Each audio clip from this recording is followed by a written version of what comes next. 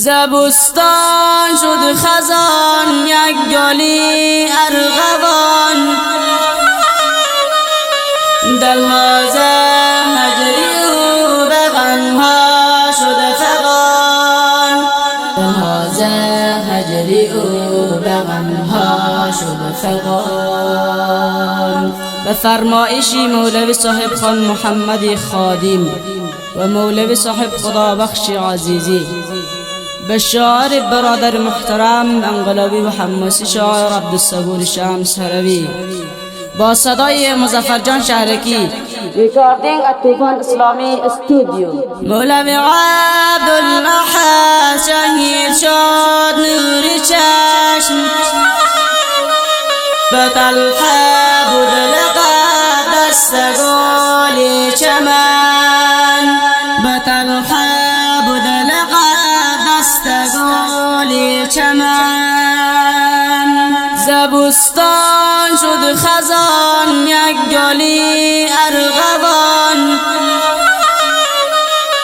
دلها ز هجری و به غمها شد فغان، دلها ز هجری و به غمها شد فغان. افول کرد ناگهان این مردی قهرمان، جدا شد ز یاران رفت به سوی عقبی، جدا شد ز یاران رفت به سوی عقبی. سینه ها سوزانه چشم ها اشک باره،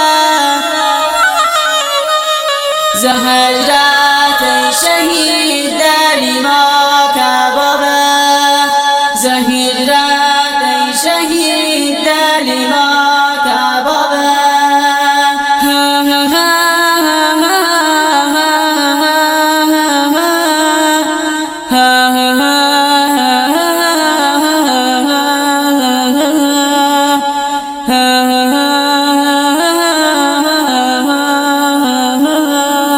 زبستان شد خزان یک گلی ارغوان، دلها ز هجری و به غمها شد فغان، دلها ز هجری و به غمها شد فغان.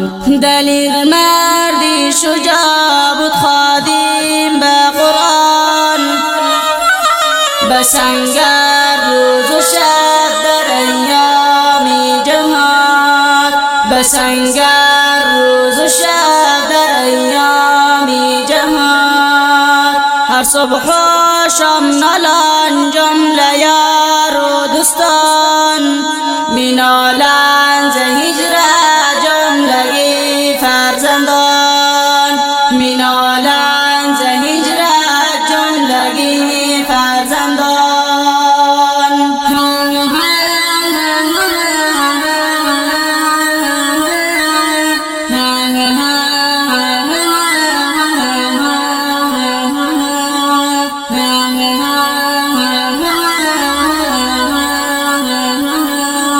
زبستان شد خزان یک گلی ارغوان،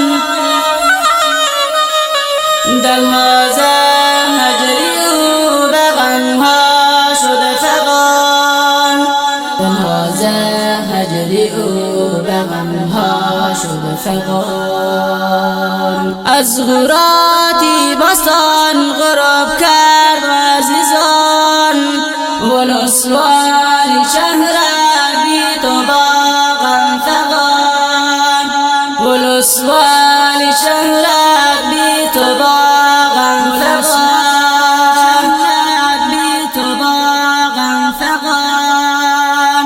شمسی روی جان در تحریر به دیوان، بلبل خوشنوا مظفر جان بخوان، بلبل خوشنوا مظفر جان بخوان. زبستان شد خزان یک گلی ارغوان، دلهازه هجری و بغنها شده فغان دلهازه هجری و بغنها شده فغان